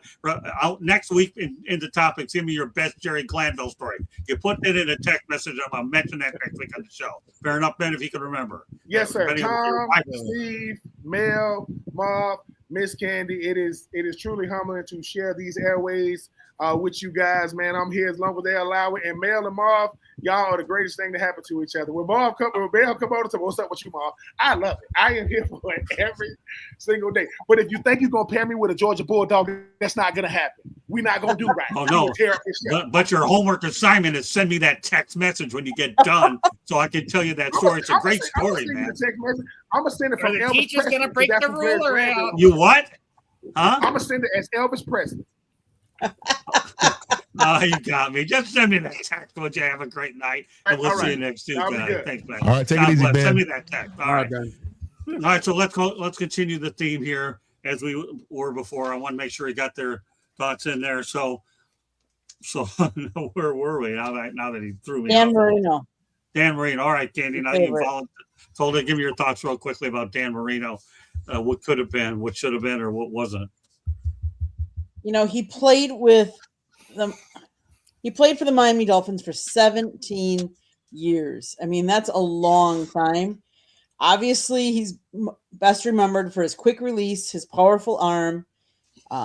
He became the consistent postseason contenders, leading them to the playoffs 10 times and one Super Bowl appearance, although the title victory ultimately eluded him during his career. He's considered to be one of the greatest players to never win a Super Bowl and had the most career victories of quarterbacks not to win a title at 155.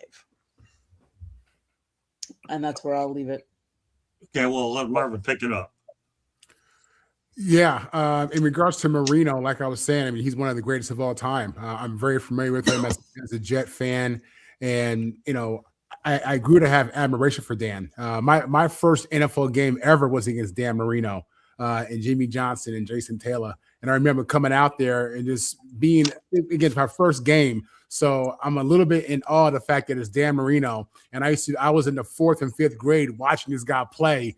And he was awesome, man. He was an awesome player. He had a phenomenal career. It really is unfortunate that somebody as good as he was didn't get a championship. I'm a diehard Jet fan, but I love the game. And I love our great players. So in regards to Dan Marino, in Pittsburgh, like I said, I'll say it was possible for him to get a championship out there just because he is who he is.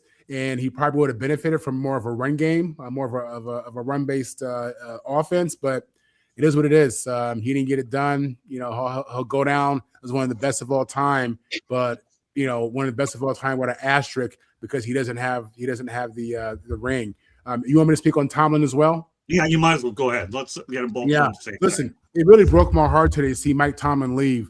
The NFL, I mean, the game has really evolved and changed. You know what I'm saying? When I was in the NFL in 1999, every team needed to have a fullback back then. You probably had half the league had fullbacks, half the league didn't have fullbacks, okay? And it was just a different game. This was way before the concussion and the hits to the head and all that stuff. This is when the game was raw.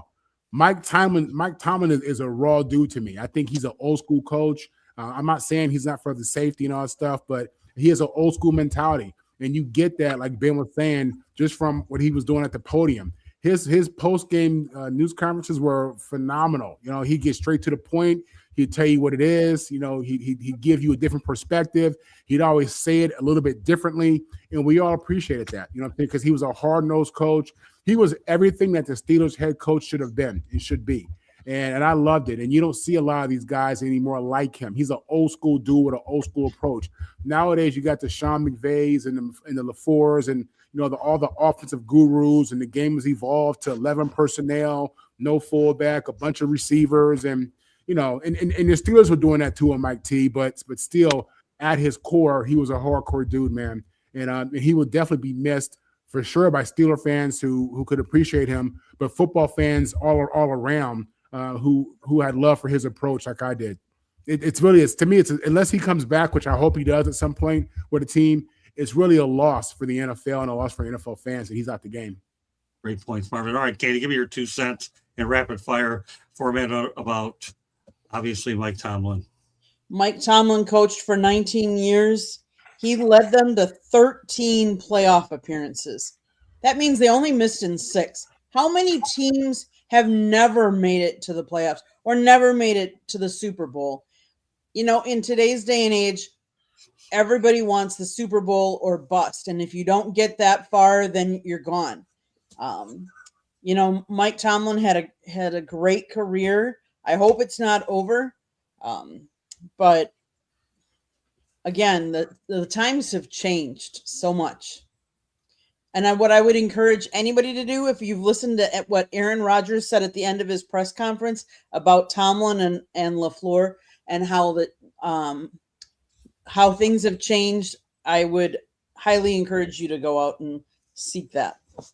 Hey, Mel, both topics.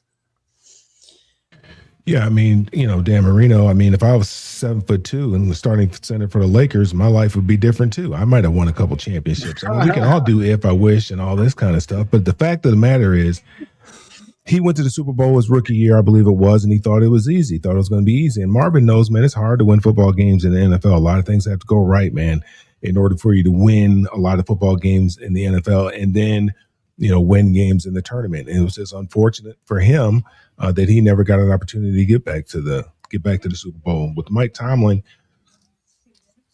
you have to trust that Pittsburgh is probably going to hire the right guy based on their previous hires. With Chuck Noll and then Bill Cowher and then Mike Tomlin, all of them have been there for a very long time. It's going to be difficult to watch Pittsburgh, and I've never been a Pittsburgh Steelers fan. When you're growing up in the '70s, you were either a Steelers fan or you're a Cowboys fan. So I was always a Cowboys fan. I like Tony Dorsett. Never liked the Steelers, but became a fan of the Steelers because of Mike Tomlin. It's going to be different, obviously. For the past almost 20 years, we've watched Mike Tomlin grace that sideline and do it with such class and dignity and strength that we haven't seen. And to see him somewhere else, or even if he's in television, which he would do a great job in television, he'd come in here and take Marvin's place anytime. He's going to land on his feet somewhere and do a very, very good job. I'd like to see him go back in coaching, but he's going to take the right job. I don't know what job is the right job right now. He only knows that, but I think he would look good down there in Miami. I think he would look good with the Raiders, but the Raiders is kind of a cluster. But I think he would look good in that silver and black, and I think he would look good down there in Miami as well. But it's difficult to see him go. But to get 19 years in this profession when some guys don't even make it a full year, that's saying a lot about the type of man that he is and the type of coach that he is and the type of leader of men that he is. I mean, Mike Tomlin is a man's man without question. Tommy? Yeah, one of the things to remember about Marino and John Elway is they came out in that same draft. Elway was the first pick, and Marino was one of the last picks for reasons that Marvin already mentioned. There were drug rumors about him that were unfounded. But Marino stepped in right away and was a star. Elway struggled for a couple of years, maybe even 3. I remember one game against the Chargers when he lined up behind the guard, and the center had to tell him to move over. So Elway took a little while to adjust. I would have to. I don't have a problem with Marino saying that, and I speak for a little bit from experience because I remember in '94 the Steelers were the number 1 seed, home field advantage. And the Chargers went to Pittsburgh, and they beat the Steelers, and that's the only time the Chargers ever went to the Super Bowl. Neil O'Donnell was the Steelers quarterback. Right. And it was like the final score is 17-13, and the Steelers had like a 4th and goal from the 5, and Neil O'Donnell's pass got knocked down. Maybe Marino completes that pass. Maybe they score more than 13 points, 20 points, whatever. But the thing is, the Chargers went to the Super Bowl and they got blitzed by the 49ers. So Marino probably would have lost again to the 49ers. He lost to Montana the first time, and then he would have lost to Steve Young the second time. But I don't have a problem with Marino saying that because I think it's very possible. The Steelers didn't really have a good quarterback for a few years there till they drafted Roethlisberger. Right. As for Tomlin, I'm kind of glad in a way that he decided to step away because the Steeler fans don't deserve him, and the Steeler roster didn't deserve him. He got the most out of that team. I won't be surprised if they're a losing team next year. They have a losing record, and then the Steelers fans can chomp on that. Yeah. And maybe the Steelers won't be the franchise they've been with 3 coaches for 56 years. They might be flipping coaches with losing seasons in the near future here. Yeah, before I turn over to Steven, you know what? I'll make my comments short as I'm capable of. I already said what I said about Marino, so I don't have nothing more to say about that idiot anyways. But Tomlin, they're gonna be looking at possibly losing seasons. Life is going to be tough after Tomlin. All right, Steven.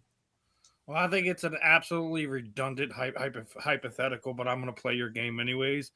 In the 80s, there's no way in this good green earth that he would have been able to take that Steelers franchise to do anything.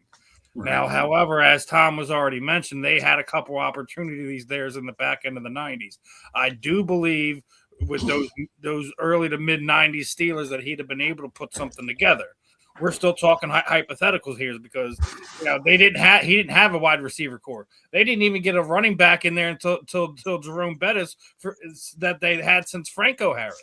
Right. The defense wasn't what it was. You had Asian guys. I think the only guy that is worth mentioning was Rod Woodson at the time. So like it was almost till the '90s. So he would have had a similar run to what John Elway did, where he had some playoff appearances without the Super Bowl appearance, and then finally gets over the hump towards the back end of the career. That's the only way that would have ever happened.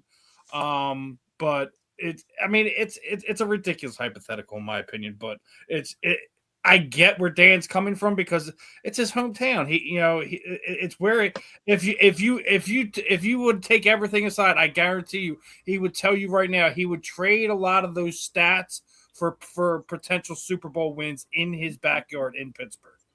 Okay. But now we go on to Mike Tomlin, and it's going to be hard to replace what the Pittsburgh Steelers organization has done, going from Noel to Cowher to Tomlin. Right. You have three coaches that I think they're all three of them are above 150 career wins. That's nothing to sneeze at. It's not. And I agree with Tom here. They're in trouble. I mean, Tomlin may have had lost his last 7 playoff games, but I also think that they have not given him the necessary tools and going out and granted they went out and got DK Metcalf last year. I think it was the most ridiculous trade that they could ever made because I think they let Pickens go, who you think maybe was a culture thing or whatever. He looked pretty good in Dallas this year. DK Metcalf, he doesn't even look like the player he was in the first 2 seasons. Now we all know he had other things going on towards the end of the season, with all that happened. But I agree with Tom. I think they're going to be a bottom dweller, and we're going to see if they do not make the right hire, they probably will go through multiple coaches over the next 5 years. Mike Tomlin will not coach next year because the way he left, Pittsburgh still owns his right. So technically, if somebody wants them, they're going to have to offer them up picks or something to that effect to trade for Tomlin. I do think he's going to be an analyst for 1 year, and then in the next year's coaching cycle, that's where we'll see Tomlin come back. So you don't know what's going to happen. You have to see what plays out, who are going to be the prominent locations next season. But who knows? Who knows, Marvin? Maybe he'll be a Jet after your former player coach there is has another subpar season. You maybe you just get the quarterback, but nothing else is working right. They send Aaron Glenn packing, and then Mike Tomlin comes in and shows the organization and the front office what real culture looks like. I hope, Steve, from your mouth to God's ears, brother. I mean that. I'm serious. We need that so bad. I think that's probably the logical thing that'll happen. If you look because they're not going to fire him. If they were going to fire Glenn, they would have already fired him, right? Yeah. So you're probably gonna hang on to him. I guarantee you, he's gonna have a 2-year run. He will be fired this time next season, and I wouldn't be surprised if Mike Tomlin is at the top of that list to potentially fill the New York Jets coaching vacancy. It's just how I feel about it, just because I know you guys got some picks coming back to you from trades and whatnot. We do. So you're gonna have to get it right. Like I said, listen, that's what we need. Yeah. Well, we'll see if they do. All right. Well, I'll tell you one thing. Let's talk about wild cards and teams in their history, because the 7 wild card teams who have won the Super Bowl include the 2020 Buccaneers, the 2010 Packers, 2007 Giants, the 2005 Steelers, 2000 Ravens, 1997 Broncos, 1980 Raiders. We'll make this a rapid fire question, and I mean rapid fire. Marvin, do you see which wild card team you think that's left in the tournament emerges as a possible Super Bowl winner? Buffalo Bills. Okay. Yeah. Candy? The same, Buffalo. Mel? Buffalo. Tommy, Buffalo. Steven? I've already said it. It's my Super Bowl pick: the 49ers and the Buffalo Bills. Well, all right, so you put two of them in there. Okay, which one? Never mind. I'll say the Buffalo Bills. Next topic. Okay, Todd Bowles on returning. Let's talk about Todd Bowles for a moment. On returning his job, he said, "I've earned the chance. I've won 3 straight division titles, so that says a lot as far as I'm concerned." All right, we know he's made some wholesale changes, so let's go over this, Marvin. I know we've talked about it before. All right, Todd Bowles is under fire because of staff changes. He's got the third. He's got one more shot. Do you think he lasts beyond this year if he struggles? If he struggles, probably not, considering, the moves that he was forced to make by ownership. The reality is this, though: he has a quarterback. I believe in Baker. I think Baker, when healthy, when his weapons are healthy, I think he's a difference maker. I think Baker's a hell of a player. And if they can stay healthy, especially on offense, then I don't think that Todd Bowles will have any issues keeping his job next year. Candy? Yeah, I think Tampa Bay has to do well next year. If they don't do well, he's gone. You better make some great hires, because now he only has himself to blame. You can't scapegoat the rest of the coaching staff. Todd, you're in trouble. You better get the hires right. Okay, Mel? Yeah, I mean, obviously, would they get rid of the offensive coordinator? Is that what they did? That and a lot more. But they got a new offensive coordinator, right? Because their offensive coordinator is the head coach at Jacksonville. So, it takes some time for these things to work out. I've never, I like Todd Bowles. I'm all for, guys getting an opportunity to get to get a head coaching position. I'm glad he got a second bite at the apple. The Jets was a difficult deal for him. I don't know how good of a head coach he is. I'm just put it out there like that. I don't know how good of a head coach he is. He might be just a much better offensive coordinator than he is a head coach. So, yeah, I think he is on the hot seat. I think his seat is very warm. Tommy? I think it says a lot about Tampa Bay that they trusted him to give him another year. He was the defensive coordinator when they won a Super Bowl. Bruce Arians wanted him to be the head coach. Right. Maybe he still has to prove himself, but Tampa Bay is they have a certain amount of trust in him, and they're standing by him. And he certainly deserved to come back. They had a lot of injuries too, didn't they? I mean, it was they started out fast, and then I think a lot of injuries contributed to their going downhill. But he definitely deserved another year. Steven? Hot seat is definitely simmering down there in Tampa Bay. I mean, multiple years losing coordinators. It's rough. And yes, there was multiple injuries. I still think that their problem really isn't on offense. I think they have a decent offense. They got one of the best young right tackles in football down there. I think they really need to address the defensive side of the ball and get some players. They are another one that fell victim to the Haason Reddick freight train there and got absolutely nothing back for it. I barely think he had a handful of sacks this season. So, not getting that edge rush production kind of hurt them. So, I mean, I think it's probably one of the things I would look to them fill through either free agency or the draft this year. But yeah, he deserved to come back and at least get one more crack on it. But they need help on defense. They need to stay healthy on offense, and they need to continue to get in the playoffs. Having the division stolen from you the back half of the year when they were basically on top of it, and just having heartbreak after heartbreak, and then having the Carolina Panthers steal the division out from underneath them the last game of the season, where it was out of their control. They won their last game, so. Yeah, he has to get it right or he's done. Okay, let's continue on. Indiana's Rose Bowl win over Alabama drew 23.9 million viewers. It's the most watched game of the 12-team college football era. Some quick thoughts about that one, Marvin. Man, Indiana is a historic team right now. I think they're going to finish the job. What they did against Alabama, just first of all, it lets us know, again, this is not Nick Saban's Alabama. This is a whole new Alabama situation. But even with that, man, Indiana is on fire. offense, defense, quarterback. Man, they look so good out there. It reminds me of an all-time team. You think of 2004 USC, 2001 UM. I mean, they are dominating teams and beating teams like that. And they did Alabama the same way. They treated Alabama like they were, Milwaukee State University or something like that. As if it wasn't Bama.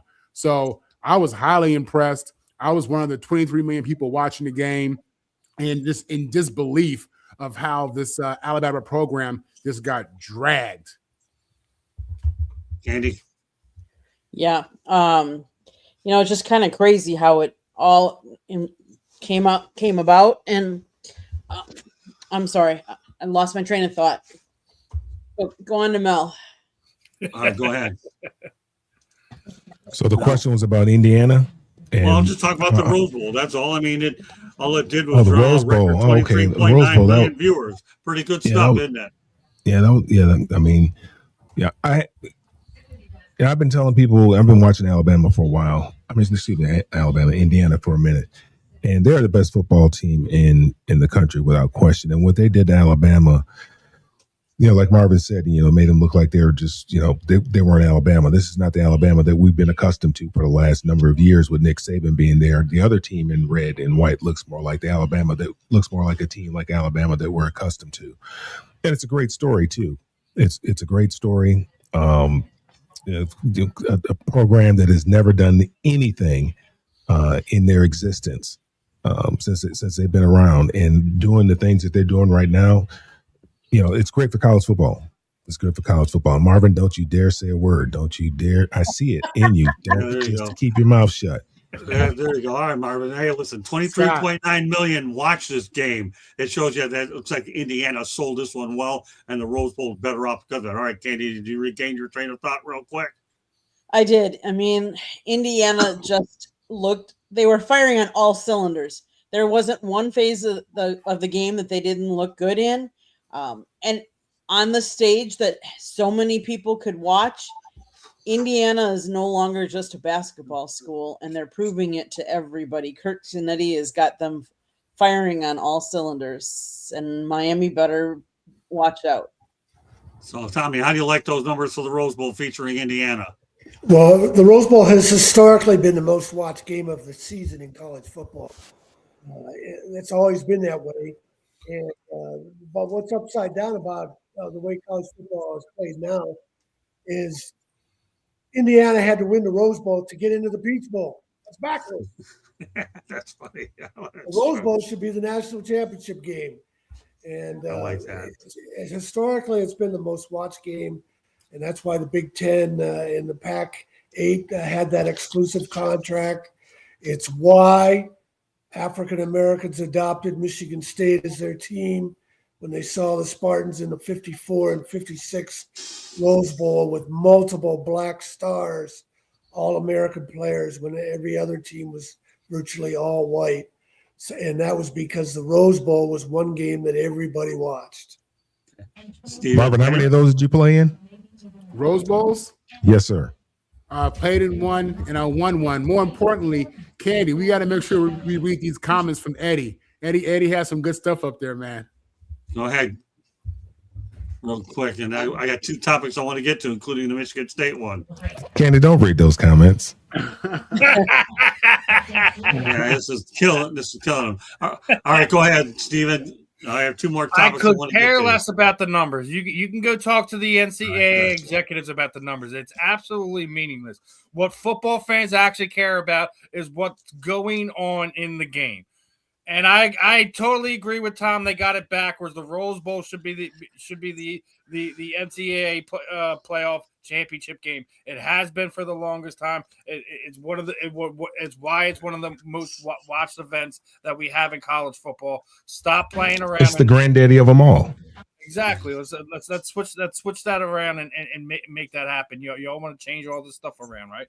So make that happen. But I said it a few weeks ago. Marvin remembers when we were doing our little early predictions. I had Indiana. I had Miami. I got my wish for the championship game.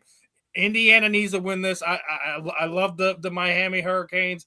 Indiana's the story of NCAA football this year. I want to see them get that national championship. We'll see if that comes to fruition on the 19th. But it's we're getting down to the end of it here, and I think the college football tournament paid off this year.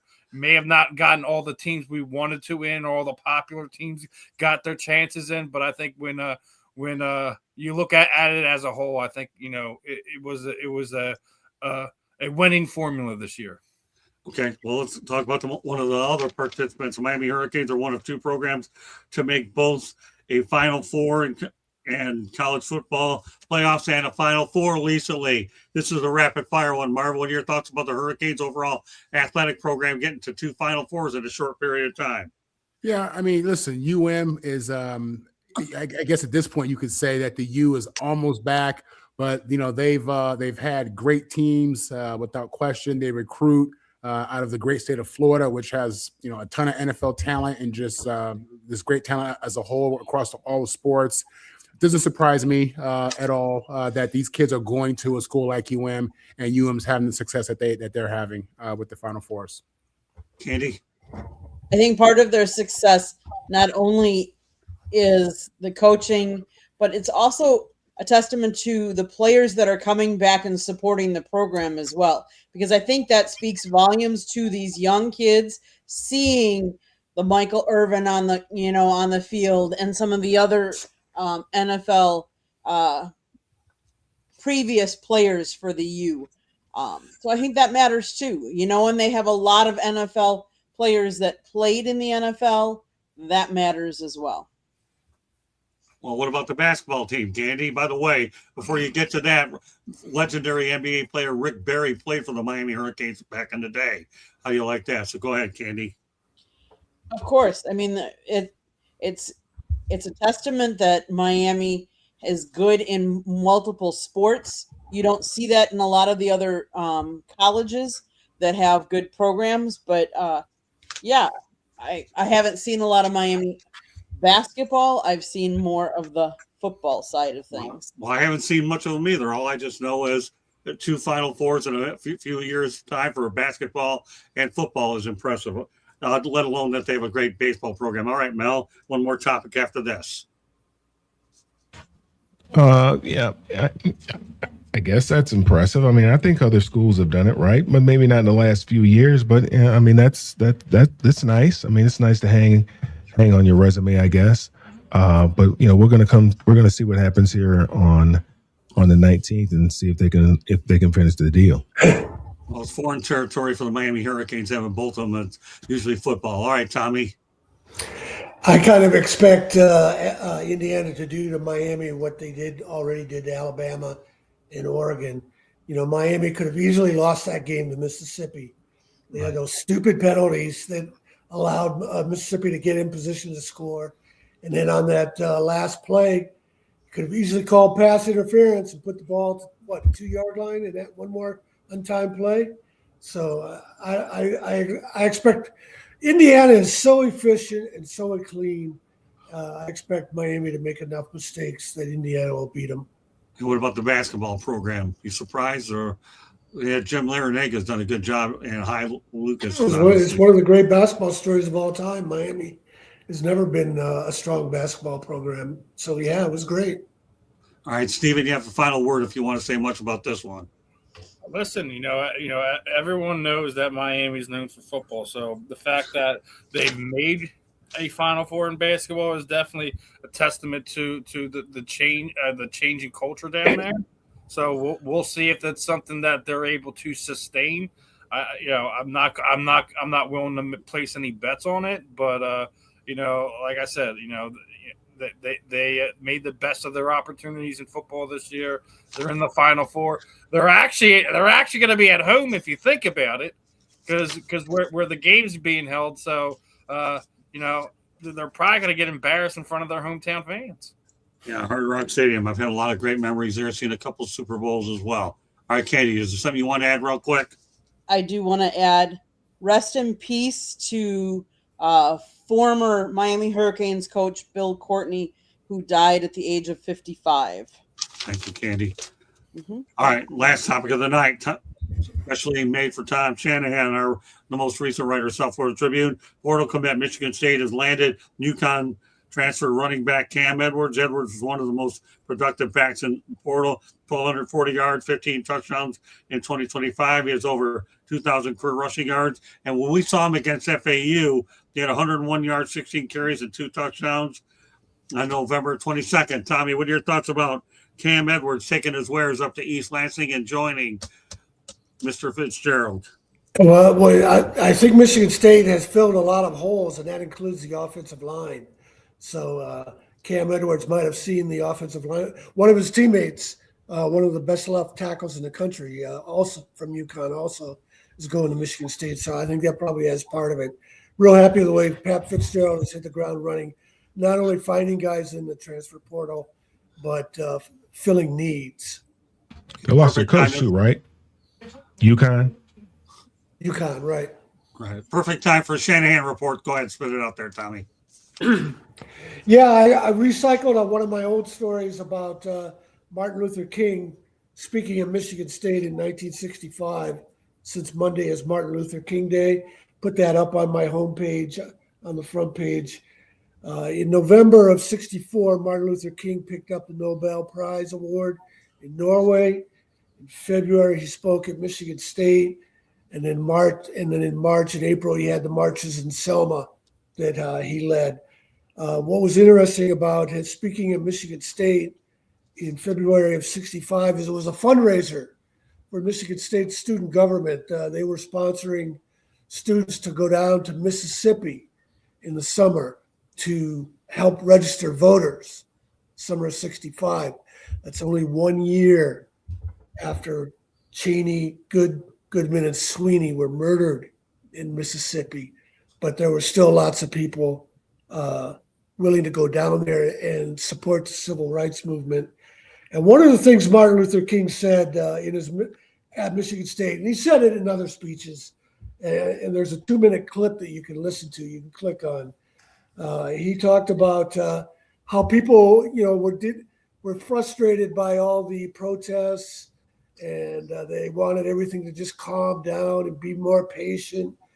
And Martin Luther King said, we've been waiting 100 years since the Civil War. He said, time is neutral. The time is always right to do right. And he said, it's at some point, it's not only just the bad people who bombed churches in Alabama and the South who had to repent, but the appalling silence of good people who did nothing while all this was going on. Black people were being lynched, having their homes and churches bombed. And one of those silent people was Bear Bryant, one of the most powerful voices in the South. He had the law of the land on his side when Alabama's campus was desegregated in 1963. He didn't recruit a black player until 1970. And Alabama was the 7th of 10 SEC schools to do so. Schools with coaches with less job security than Bear Bryant stuck their neck outs long before him. Okay, let's continue. Tom Shanahan dot report. Shanny 4055 is my and he writes for us when he gets a chance, and glad to have him on as a writer as well as a fixture here on Inside the Pigskin. All right, around the horn, Marvin, let everybody know how they can get a hold of you. You can get a hold of me, social media, Marvin Powell III, Marvin on the mic. You can catch me with the South Florida Tribune Tuesday evenings, Wednesday mornings, twice, Wednesday evenings, Saturday mornings with Scott and this guy, Mel Farr Jr. And you can catch me, here we go, roundtable.com. We have the Nets Roundtable, we have Jags Roundtable, we have Bucks Roundtable, and we have Kings Roundtable. Thank you, Ms. Nets. So you're talking about basketball, Marvin? Yeah, he gets talk a little at a high level, Mel. At a high level, yes. Yeah. Also, next programming note: next Wednesday, Marvin, the Motor City Madmouth, and Marvin and on the mic show return next Wednesday. So we'll go ahead. All right, Stephen, real quickly, what do you have on tap for tomorrow night? as well as we got a lot. I'm a busy person this week, so I already said it once on the network within the last handful of days, but Scott is going to allow me a special interview tomorrow night, as we're going to be talking to former Philadelphia Phillies pitcher who threw a no-hitter for them. Mr. Tommy Green's going to be joining us.